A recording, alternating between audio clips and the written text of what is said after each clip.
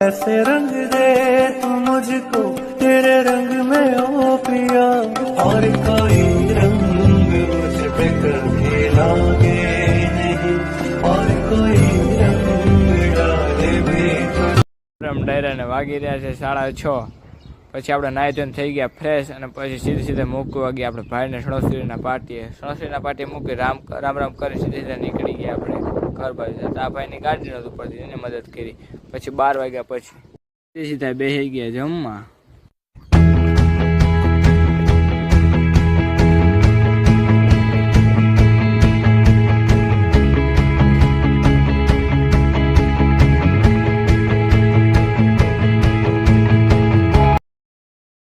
एक हॉस्टल नाम का पिंजरा था जित पंछी सारे आजाद थे वो बेशकीमती दौर था याराना ले सवाद थे हम गेट में